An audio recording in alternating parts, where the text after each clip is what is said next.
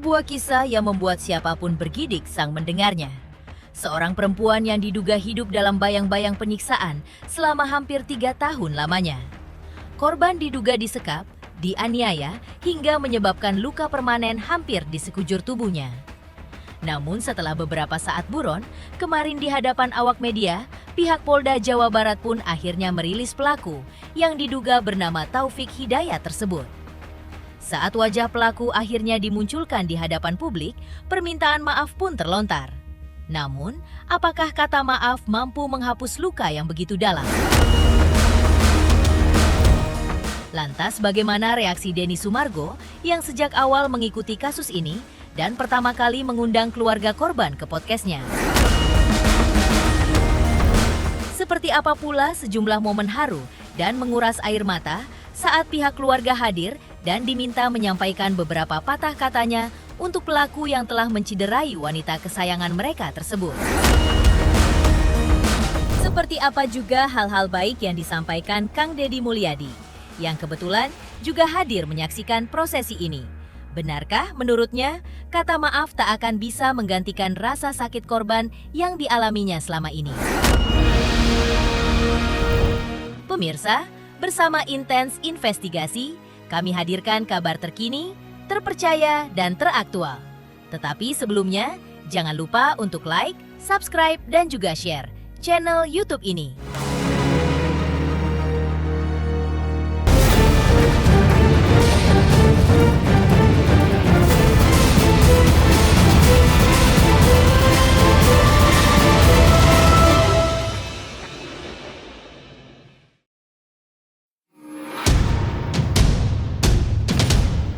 Ya pemirsa, Intens Investigasi. Kemarin Jumat 26 Juni 2026 seakan menjadi saksi bagaimana jutaan rasa sakit yang mungkin dirasakan seluruh masyarakat Indonesia akhirnya terbayar.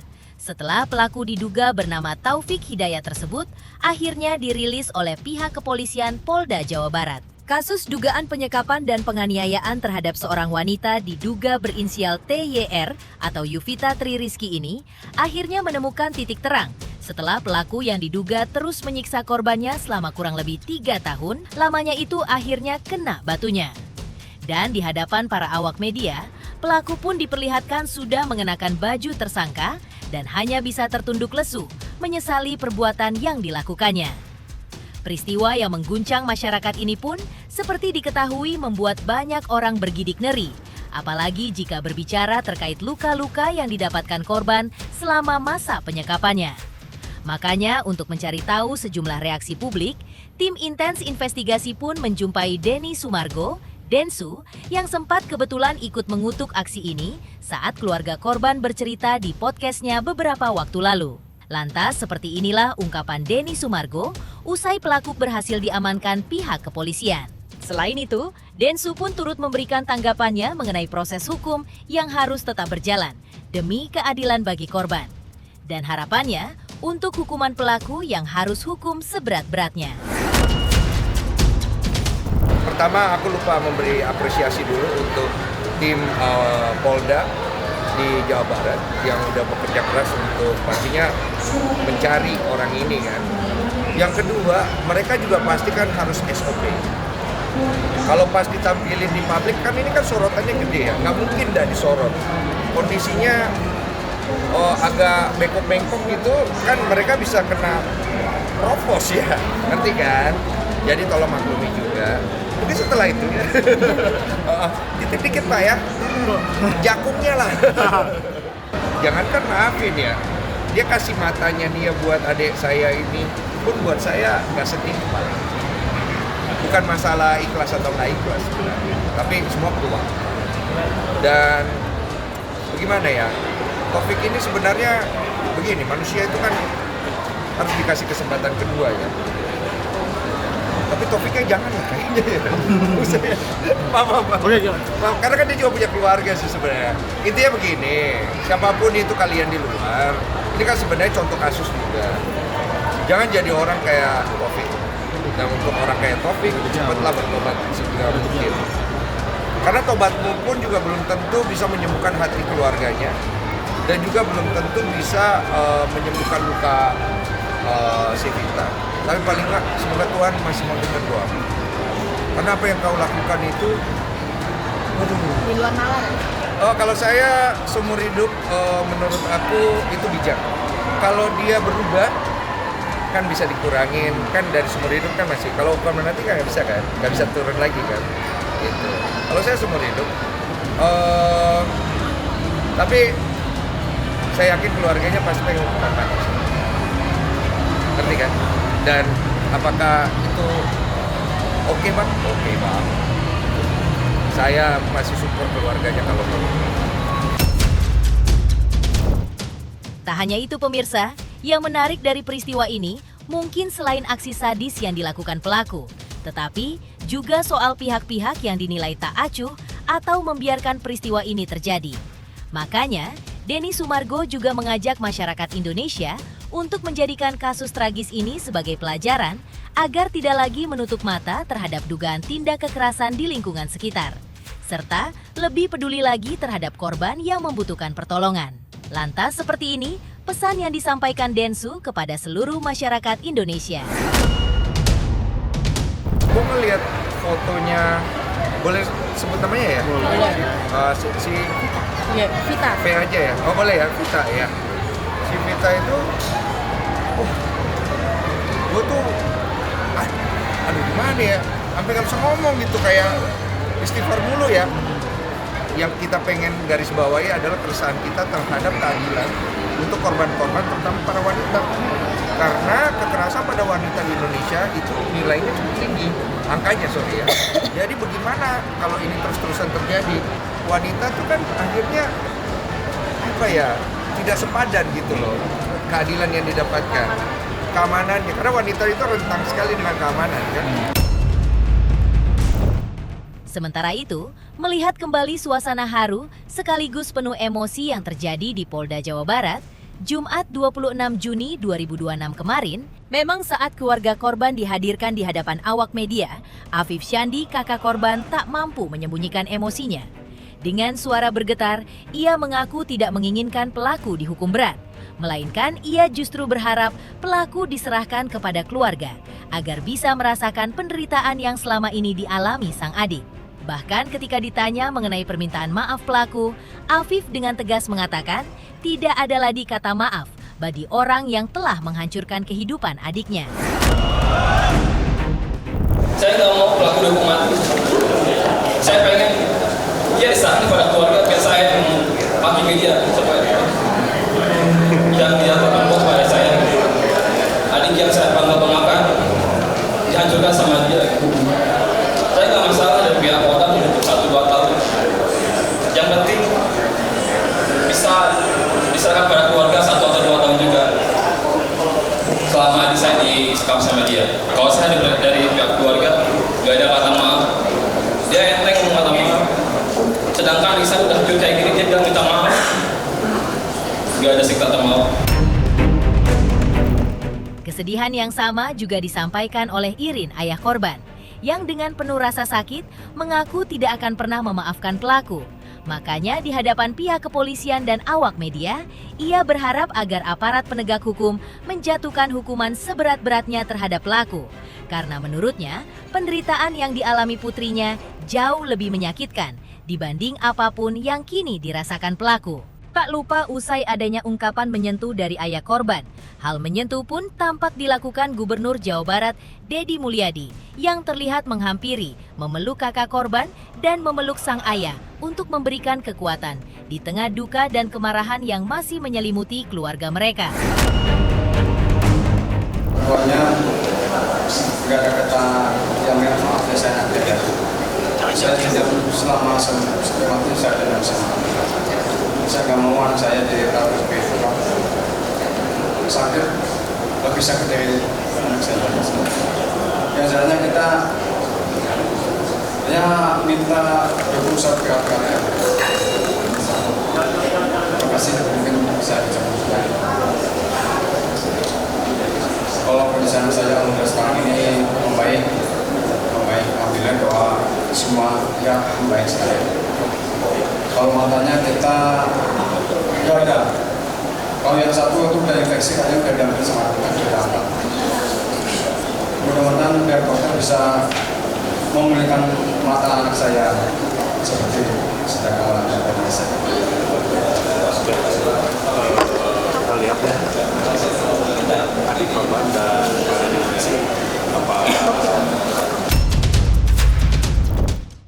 Selain itu, Kang Deddy Mulyadi juga menanggapi permintaan maaf yang disampaikan pelaku. Ia menegaskan bahwa peristiwa ini merupakan tindakan yang melukai nilai-nilai kemanusiaan, sehingga menurutnya tidak ada ruang toleransi bagi pelaku. Kang Deddy Mulyadi bahkan menilai permintaan maaf yang baru disampaikan setelah pelaku ditangkap bukanlah sesuatu yang memberikan manfaat bagi korban. Selain itu, ia pun berharap agar penyidik, jaksa, hingga majelis hakim dapat menjatuhkan hukuman terberat sebagai bentuk keadilan bagi korban seperti berikut ini. Peristiwa yang sangat kejam ini ada peristiwa yang melukai kemanusiaan, melukai hati siapapun yang menjadi ayah atau menjadi kakak. Sehingga tidak ada toleransi bagi pelaku. Itu yang pertama. Yang kedua, bagi saya permintaan maaf itu bukan hal yang bermanfaat saat ini. Karena permintaan maaf itu dilakukan setelah ditangkap. Dan tidak ada upaya sedikit pun dari pelaku untuk bersikap sebagai manusia. Untuk itu, semoga dengan jalinan kerjasama dan perasaan yang sama antara penyidik, nanti jaksa penuntut umum dan hakim akan melahirkan putusan yang berat yang melambangkan putusan yang berkemanusiaan. Yang mengejutkan, kehadiran Kang Deddy Mulyadi ternyata tak hanya untuk menyampaikan simpati, tetapi untuk beberapa hal termasuk menjamin masa depan korban. Lantas, apalagi yang dilakukan Kang Deddy Mulyadi? Pemirsa, Intens Investigasi. Jangan lupa saksikan terus Intens Investigasi. Dan pastikan jangan lupa untuk like, subscribe, share, dan juga komen. Tim redaksi Intens Investigasi juga mengucapkan banyak terima kasih kepada semua subscribers. Hingga channel Intens Investigasi kini sudah mencapai 3.600.000 subscribers.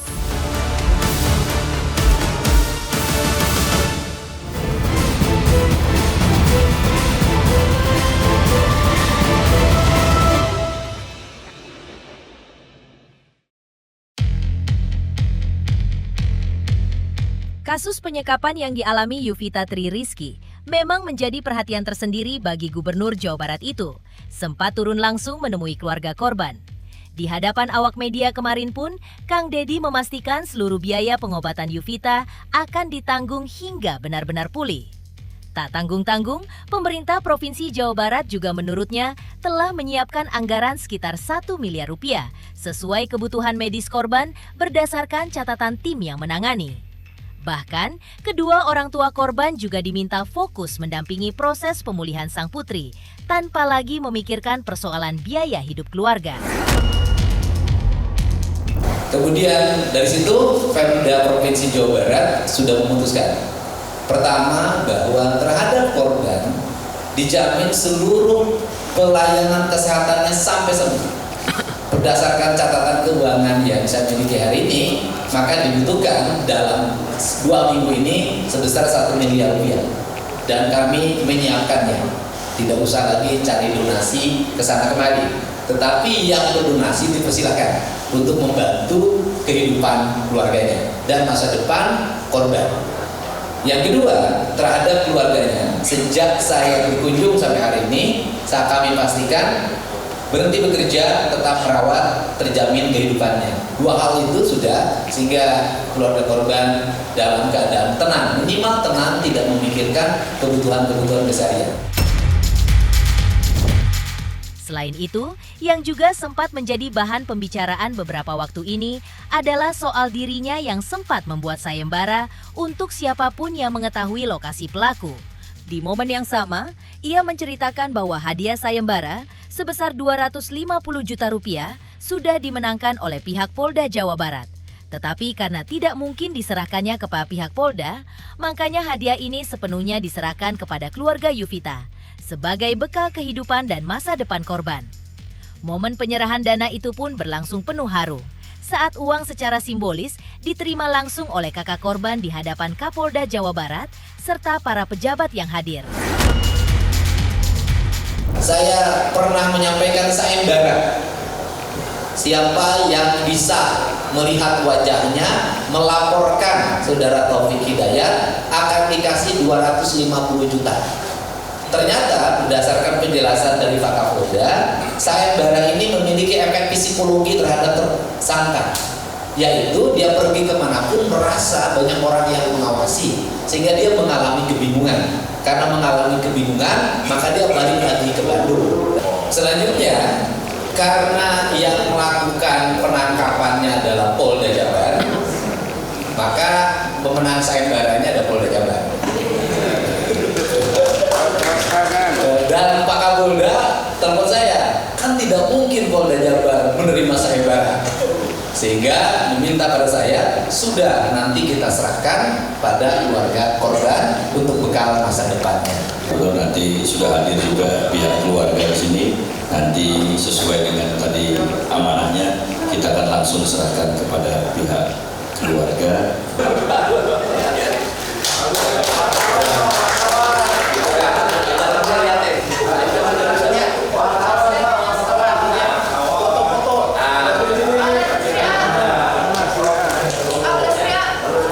Sini ya.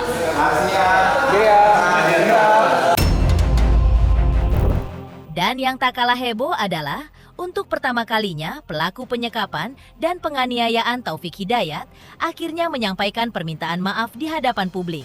Dengan kepala tertunduk, pelaku mengaku menyesal dan mengakui seluruh perbuatannya. Seperti ini ungkapan Taufik Hidayat dan sedikit tanggapan dari Kang Deddy Mulyadi usai melihat langsung sosok pelaku seperti berikut ini. Semua kasus yang saya lakukan, saya salah, saya menyesal, saya minta maaf. Sama seperti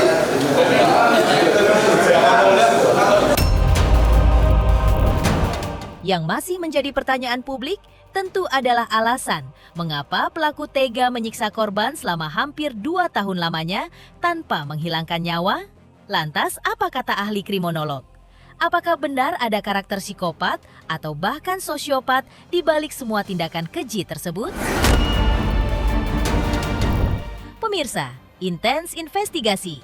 Jangan lupa saksikan terus Intens Investigasi.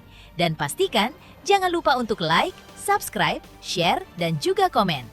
Tim redaksi Intens Investigasi juga mengucapkan banyak terima kasih kepada semua subscribers.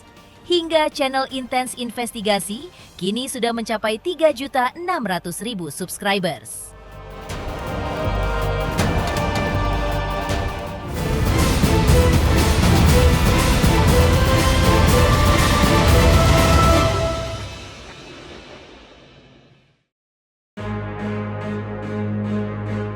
Kasus penyekapan Yuvita Tri Rizky juga mendapat perhatian dari kalangan akademisi. Ahli kriminolog Adrianus Meliala mencoba mengulas karakter pelaku berdasarkan pola kekerasan yang terjadi selama itu. Menurutnya, dari sudut pandang kriminologi, pelaku diduga memiliki karakter yang mengarah kepada psikopat ataupun sosiopat. Hal itu terlihat dari kemampuannya mengendalikan korban dalam waktu yang sangat lamanya, memberikan penyiksaan fisik maupun psikis secara terus-menerus, namun tetap menjaga korban tetap hidup hingga penderitaan yang dialami berlangsung berkepanjangan. Selain itu, Adrianus juga menilai tidak menutup kemungkinan pelaku memiliki trauma masa kecil atau luka batin yang kemudian dilampiaskan kepada orang lain. Meski demikian, kepastian mengenai kondisi kejiwaan pelaku tetap harus dibuktikan melalui pemeriksaan yang dilakukan para ahli. Lebih lanjut, ahli kriminolog ini juga menyoroti proses pemulihan yang harus dijalani Yuvita. Menurut Adrianus, luka fisik korban mungkin dapat ditangani melalui tindakan medis. Namun, luka batin akibat penyiksaan yang berlangsung begitu lama membutuhkan proses yang jauh lebih panjang. Karena itu, kehadiran orang-orang terdekat seperti orang tua, kakak, maupun keluarga menjadi salah satu kunci penting dalam mengembalikan kondisi psikologis korban. Selain dukungan keluarga, waktu juga disebut menjadi obat terbaik agar perlahan-lahan korban mampu bangkit dari trauma yang membekas. Saya menduga bahwa kalau bukan psikopat atau sosiopat ya dari sang pelaku, yang mana itu cocok dengan beberapa tampilan, misalnya sebagai contoh di mana dia mampu menguasai ya si korbannya bertahun-tahun, memberikan deraan fisik, deraan psikologis yang luar biasa pada sang korban. Jadi dengan kata lain melakukan satu abuse ya pada sang korban. Tapi yang ketiga adalah, ini mohon maaf ini tidak membuat si korban ini meninggal. Jadi dia berada pada situasi membuat korban menderita, tapi tidak cukup untuk membuat korban meninggal. Ini kan satu kecerdasan luar biasa nih, yang dalam hal ini kelihatannya itu bisa dilakukan oleh seorang psikopat atau sosiopat gitu kan. Mereka-mereka yang punya gangguan pada masa kecil, misalnya sebagai contoh gangguan pernah mengalami abuse dari orang tua gitu ya, atau pernah mengalami semacam trauma luar biasa selama dia remaja, maka ada kemungkinan dia akan berada pada situasi ingin membalas derita yang dialaminya pada konteks orang lain. Dengan kata lain, dia adalah orang normal tapi punya luka batin yang luar biasa. Maka kemudian dia berada pada posisi menguasai sang wanita, maka lalu kemudian dia balas itu. Wah, saya kira traumanya itu gak akan bisa terpulih ya. Jadi saya kira hanya dua tuh yang akan membantu pemulihannya. Pertama adalah hadirnya orang-orang terdekat ya, atau yang tersebut sebagai intimate person to her, artinya orang-orang yang terdekat bagi sang korban, misalnya orang tua, adik kakak, itu saya kira harus membantu korban, memulihkan korban dengan cara hadir terus dari waktu ke waktu sampai kemudian sang korban cukup pulih. Yang kedua juga soal waktu. Nah, waktu ini juga menjadi hal yang mujarab ya, terkait dengan dua hal. Pertama adalah luka-luka fisiknya dan luka-luka batinnya. Tentu ketika sudah berada di bawah penguasaan dokter, pasti ya, korban akan mendapatkan perawatan medis, tapi semuanya hanya akan pulih dengan adanya waktu kan. Jangan lupa bahwa ada kemungkinan trauma itu akan tetap ada. Maka bayangkan betapa kemudian sang korban ini lalu mulai merasa nyesel kan, bahwa gara-gara dia tertarik, bahwa gara-gara dia tergiur dengan omongan manis ini, maka dia lalu mengalami nestapa sebagaimana yang kita lihat sekarang. Jadi saya kira itu juga menjadi satu hal yang memberatkan sang wanita ya, terkait dengan traumanya. Pemirsa Intens Investigasi, jangan lupa saksikan terus Intens Investigasi. Dan pastikan jangan lupa untuk like, subscribe, share, dan juga komen. Tim redaksi Intens Investigasi juga mengucapkan banyak terima kasih kepada semua subscribers. Hingga channel Intens Investigasi kini sudah mencapai 3.600.000 subscribers.